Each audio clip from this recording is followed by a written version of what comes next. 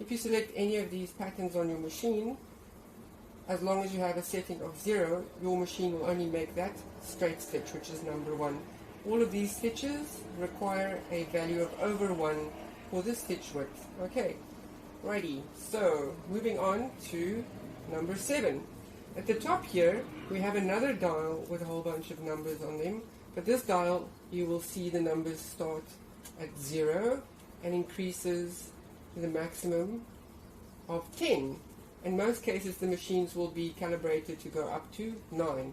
This is your thread tension for your upper thread. And you'll see the mark for the universal setting is between 4 and 6 here, which is currently at 5. Most other machines you will find between 4 and 5, so a 4.5 setting is universal thread tension setting. That's if your machine is in good condition. Once you start seeing changes to the stitch quality and you no longer get an optimal stitch at a setting of 4 or 5 or in between, then you must know there's something wrong with your thread tension or your machine's timing might be out. So that's your thread tension. Your thread, your upper thread, as well as your bottom thread, which is going to go on the bobbin, both of them are under tension.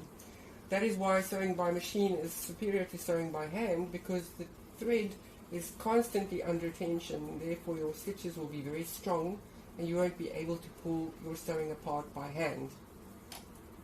Lastly, number 8 at the top here, well, almost lastly because we go to number 9. Number 8 at the top here, this is our bobbin winder spindle.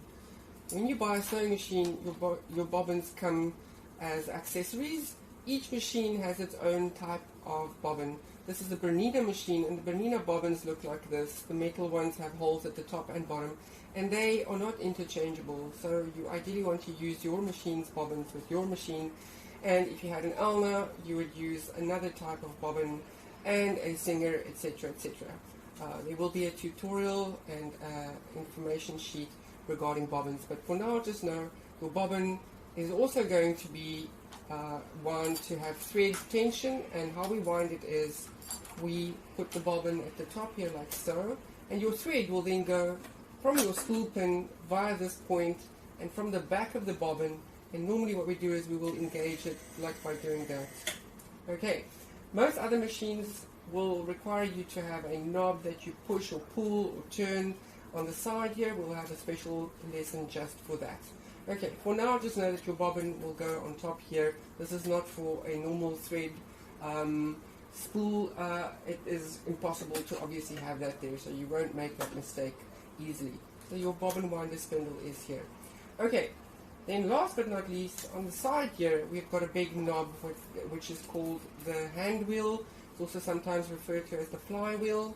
And the flywheel or hand wheel is always to be turned towards you, never away from you, as that will mess up the machine's timing.